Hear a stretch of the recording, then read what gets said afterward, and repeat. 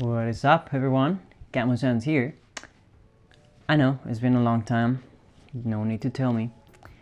Today is gonna be a short video, pretty fast. Not gonna be talking that much. Who am I kidding? Maybe I am.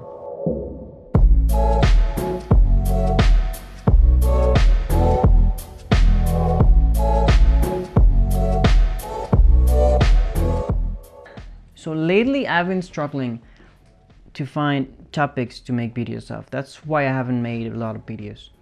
But I figured, let's just turn on the camera, let's just talk about whatever, and this is whatever.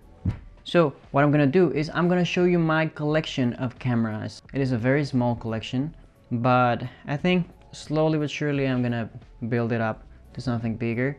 Honestly, I didn't even realize it grew as it did until right now. So without further ado, I'm gonna show you my very first proper camera, which is this one, the Canon T3i. This is probably the camera that made me who I am. This device has brought me so much happiness. I am really fond of this camera. It comes with the kit lens. This is a 18-55. It's a very versatile lens. There's nothing much to be said about this lens that hasn't been said before by someone else, but pretty much is a standard. Well, this camera is good for photography, of course, but it's also very good for video. I remember it took me months to decide to buy this camera because I was hesitant. I was like, oh, I didn't want to spend money because it was a lot of money that I spent for this camera. But eventually the investment paid off. I'm very happy that I got this camera. My life would have been very different if I hadn't had this camera. If we are talking about first cameras, then this is another first. This is my first film camera. My dad gave it to me. It's a Minolta point and shoot. I'm not really sure what's the model of this one, but it's very straightforward, very simple. You point, you shoot, you develop the film, you get your film back, and that's it. It's not really a good camera, if I might say, but it's good if you want to see the film look and you don't want to like have a disposable camera that you're never going to be able to use again.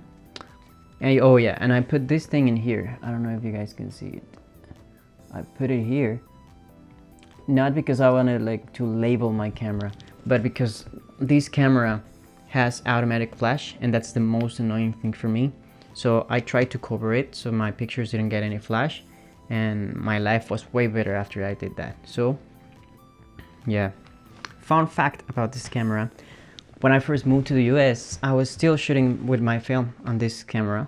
My best friend Sergio, which at that moment was not my best friend, he was just a guy I had seen a couple of times. We were out looking for places to live because we were gonna be roommates, and I took a picture and he was like, oh, that's cool, is that a film camera? I was like, yeah, it is.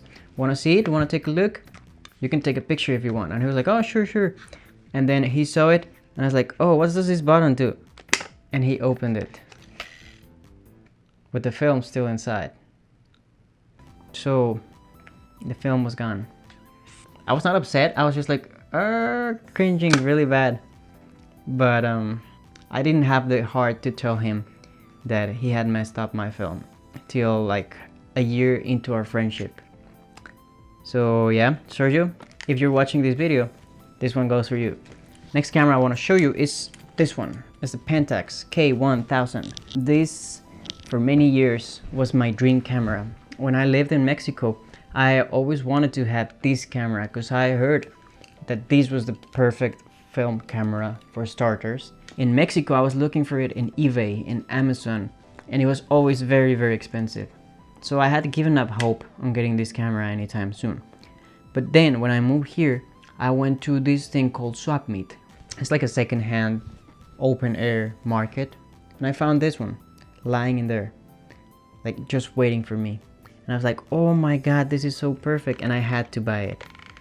And it was not expensive, it was like $30. It doesn't have any film right now. I used it for my first real film work. I love the way it sounds.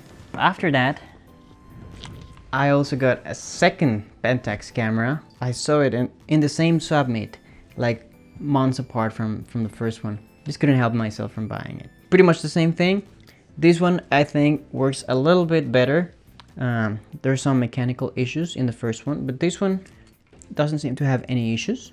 And the lens is a different lens than the other one. The first one that I got has a Pentax 50mm 2.8, but this one is 28mm, I believe. 28mm 2.8, so it's a little bit wider than the 50mm. So that's why I'm using this one right now. The lens itself looks kind of cheap, but it's a good brand. It's Bivitar, which as far as I know, it's a good brand. So yeah, this is my main film camera right now. There's the one I'm using, and I don't think I'm gonna get any new film cameras anytime soon. Talking about film cameras, this one I bought it in a thrift store in West Covina while I was waiting for my appointment for the dentist. It does work as far as I can tell. The problem with this one is that it's very hard to find any places that can help me develop this film, and even more so to find film that I can fit in here. So this is an 8mm Kodak Brownie movie camera.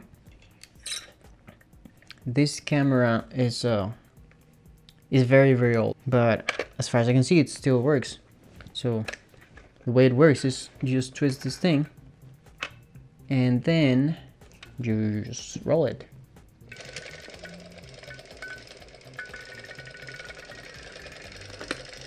So cool, huh? There is film in here, by the way. I haven't been able to develop it. I don't think the film is very usable anymore. So I don't know, maybe one day I'll invest a little bit of money on this camera. I'll buy some film, I'll develop it, and I'll upload the results. Next two cameras I'm gonna show you are these two cameras. These ones I bought them in Goodwill store. They're like $5 and $7 each. So the reason why I bought these cameras is because I wanted to remove the UV filter so I could take UV pictures, ultraviolet pictures. And I wanted to do it on a cheap camera so that if I messed it up, which I did, it would not be like as expensive as a big camera.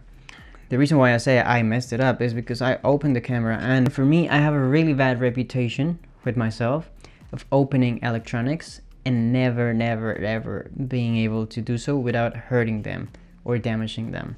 So yeah, I opened this one, the Kodak EasyShare C913, and turns out that it's very hard to get to the UV filter. So I could not remove it, and I ended up getting like electrocuted for a little bit, but it's all right. I'm still standing, and the camera is still usable, but I'd rather not use it because I think it's not stable after I opened it. This one, I tried to open it too, but I found it hard to reach to the UV filter as well, so I decided not to mess with it. So now what I'm gonna do with this one is I'm gonna use it for fake VHS videos. So whenever I want to fake the VHS look in a really authentic way, I'm gonna do it through this camera until I get a VHS camera that I can use. And this one's a Lumix. What's the name of this camera? Lumix. Let me look it up. Okay, so this one is a Panasonic Lumix DMC-LC2. It's like a very unknown model. Took me a while to find out which model it is, but it's pretty simple, it works fine. The only problem with these two cameras, the two point and shoot digital cameras, is that they don't read modern SD cards. So I had to get an older SD card, which is hard to find these days, but should be good. I should be able to use them. And then of course there's the camera I'm using for this video. It's the latest addition to the family. It's a Canon M50, and if you want to see the video where I unbox it, it should be right here, I think. Right here, yeah. that's basically the cameras I got. I got a couple of lenses that I have for this camera. This is my EFS 55 to 250 millimeter. It's a telephoto lens. It's a pretty good lens. I mean, not my favorite telephoto, but I got it very, very cheap on Facebook Marketplace. So it does the job. The pictures are not the sharpest pictures, but it works. And I like it. It's good for landscapes. It's good for street photography sometimes. Eventually I'm gonna get a better telephoto lens. And finally, my favorite lens of all time, the Canon M50. Wait, what?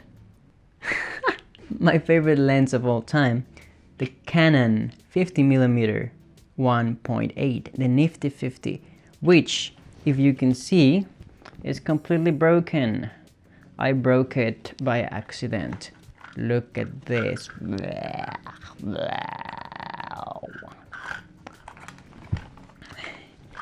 So, oh wait. Oh shit. So it's actually a funny story. I dropped this lens by accident, of course, when I was trying to get a present for my girlfriend for her birthday, and I was trying to hide the present in my backpack, but my camera was inside my bag and it had this lens attached. I accidentally threw my camera into the floor as I was taking out stuff from my backpack, and the lens completely broke. Surprisingly enough, from the inside it didn't break. There was still hope for it to work. The camera itself didn't suffer any damage, so that's a good point for Canon T3i. But the lens, I noticed later that it was attached to the camera and I could not detach it. I tried to force it, but it was impossible. So, learning after my mistake of opening the older cameras, I decided that I was not gonna try to meddle with this one, and I took it to a place called Sammy's Camera, which is a really, really good place. They helped me fix it. They helped me take it off my camera, and they told me that basically this lens has no saving, but it's my favorite lens. It's close to my heart, so I'm keeping it as a souvenir. Oh shit, I think I broke it more. I'm probably gonna get this one again sometime soon, because I really use it. It was my main lens. So that's it, guys. That's my camera collection. Just a very short video. Just wanted to have something for you guys to see, something to share. I've been working on a lot of stuff. I've been working on a short film with my friend Sergio, which by the time I upload this video is gonna be out already, and I'm gonna post a link in the description. I've also been working very hard on a show that I'm producing with my friend Eric. It's a cooking show. I'm gonna post the link for that one as well in the description. I highly recommend you guys see it. The food is delicious. Oh yeah, a couple of notable mentions. I got this thing. It's like a macro reverse ring. It basically allows you to turn your lens around and put it into your camera and use it as a macro lens. It's pretty cool. I like it a lot. And then I got this thing, which is very, very useful for me, especially now that I switched cameras. This is an adapter for my DSLR lenses. So basically with this one, I can use all of my DSLR lenses in my mirrorless camera. It's really good. I like it. Thank you so much, guys, for watching.